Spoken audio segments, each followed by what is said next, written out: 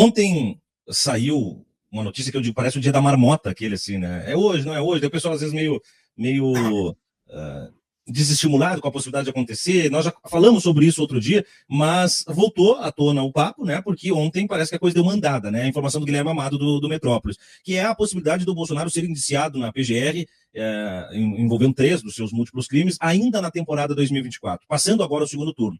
Outro dia nós falamos, quando recebemos o senhor, sobre as narrativas dos trajetos, né, viáveis dentro do GPS do tempo do direito e do tempo da política, em que pese cada um ter os seus compromissos, mas no mundo real tem as suas vinculações. Pós-período eleitoral, é talvez um momento mais suave na temporada 2024, para que não fique nenhum tipo de rastro de argumentos sobre uma ação politizada dentro do caráter da lei. Então eu vejo que, de fato, se a coisa andar, é agora, depois de domingo, se tudo der certo com o Boulos eleito em São Paulo, Maria do Rosário aqui em Porto Alegre, mas depois de domingo, independente do cenário, acho que o Bolsonaro começa a engolir mais seco aí, doutor. Como é que o senhor vê? Eu vejo o seguinte, veja, eu tenho repetido hoje que é necessário fazer uma retrospectiva do ano, né, para lembrar que, antes do início do processo eleitoral, o Ministério Público já tinha recebido o inquérito, por exemplo, das joias, né? E a resposta dada à imprensa foi que a Procuradoria evitaria realizar uma denúncia durante o processo eleitoral. Isso foi, de alguma maneira, questionado, mas eu acho que certo comedimento, exatamente como você disse, para que não se confundisse a questão jurídica com a política, é bom. Até porque o Ministério Público, como o próprio ministro Gilmar Mendes se posicionou algumas vezes, tinha virado um estamento de Estado com atuação política. Isso aconteceu com a Lava Jato, que é o seguinte, que de fato sequestrou o Lula, quando era ex-presidente da República, com os fins claros e objetivos de influenciar o processo eleitoral, que naquele momento influenciou. Retirou o Lula do processo eleitoral, o tornou inelegível. Né? Então, é importante que, nesse momento, as instituições funcionem, e não por questões políticas, mas pelas evidências absurdas jurídicas que apontam o cometimento de crime pelo ex-presidente da República, Jair Bolsonaro, que já se encontra inelegível por uma decisão do Tribunal Superior Eleitoral. As pessoas, e até nesse programa aqui, nós temos discutido muito uma espécie de desesperança em relação às consequências jurídicas, e eu também tenho repetido o seguinte, na verdade, isso decorre de que nós somos uma história, nós temos uma história de um país que nunca teve as suas cisões, suas quebras. Né? Tivemos uma independência do filho gritando independência ou morte contra o próprio pai. Nós terminamos a escravidão, por exemplo, e tocamos fogo nos registros para não pagar indenização aos escravos.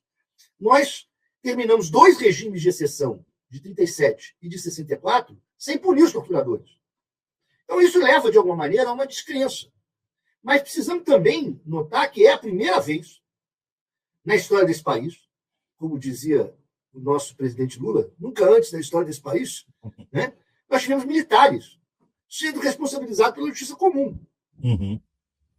Isso se inaugurou agora, depois da mudança do Código Penal, com a revogação da Lei de Segurança Nacional e a aprovação dos crimes contra os atentados ao Estado de Direito Democrático, o que faz com que, de fato, os militares que tiverem envolvimento na tentativa de golpe sejam responsabilizados não pela justiça militar, mas pela justiça comum. E, neste caso, a Constituição brasileira tem 2 questões indicativas de foro prerrogativa. Primeiro, o presidente da República responde perante o Supremo Tribunal Federal. Mas também os comandantes das Forças Armadas. Está na Constituição, entre as competências do Supremo. E aí, houve uma mudança de jurisprudência no Supremo Tribunal Federal recente em relação ao que é o foro prerrogativa. Isso é muito importante dizer, porque, de alguma maneira, o mundo jornalístico e as pessoas começaram a associar o foro prerrogativa com impunidade, o foro prerrogativa com proteção. Né? Mas o seguinte, eu escrevi um artigo recente no Conjuro em que eu mostrava que a súmula do Supremo Tribunal Federal, que tinha definido o foro prerrogativa mesmo depois da função, foi editada 60 a 90 dias depois do golpe de 64. Para quê? Exatamente para proteger o Juscelino Kubitschek e os deputados federais, à época, de estar com foro no Supremo Tribunal Federal em relação aos fatos ocorridos durante o mandato. Só que a Constituição de 46, nesse ponto, é igual à Constituição de 88, e o Supremo Tribunal Federal titubeou em relação a isso, revogou essa súmula, e depois, por uma tese do Barroso, fez algo misto, que seria mesmo deputado reeleito, perderia o foro prerrogativa nos fatos ocorridos no primeiro mandato. Esse caos gerou a prisão do Lula e do Temer. Veja, porque se não fosse a estabilidade de dizer que o presidente da República responde pelos seus atos perante o Supremo Tribunal Federal, mesmo depois do cargo, ou seja, os fatos cometidos na sua gestão têm que ser respondidos pelo Supremo, nós não teríamos um juiz de primeira instância parcial prendendo Lula e não teríamos o franchise de primeira instância no Rio de Janeiro prendendo Temer. Temer foi absolvido e o Lula, sabemos o que aconteceu em relação à anulação do seu processo. E aí agora o Supremo Tribunal Federal revê sua jurisprudência e não há outra autoridade que possa julgar o Bolsonaro de maneira isenta, sem receber pressão, do que o Supremo Tribunal Federal. Então, nós estamos perto de desembocar, ainda este ano, numa denúncia, pelo menos das joias, e talvez este ano, no início do ano que vem, em relação à tentativa de golpe, e isso vai colocar o Bolsonaro em uma ida quase inevitável para uma condenação. Eu fico nessa sensação, eu acho que ela se dá antes do que as pessoas preveem, e penso que a homeopatia jurídica ela é prudente, porque, afinal de contas, qualquer amarração que não seja um nó muito bem dado no processo envolvendo o Bolsonaro, não é só uma revisão jurídica, ela é a canonização de um mártir da extrema-direita.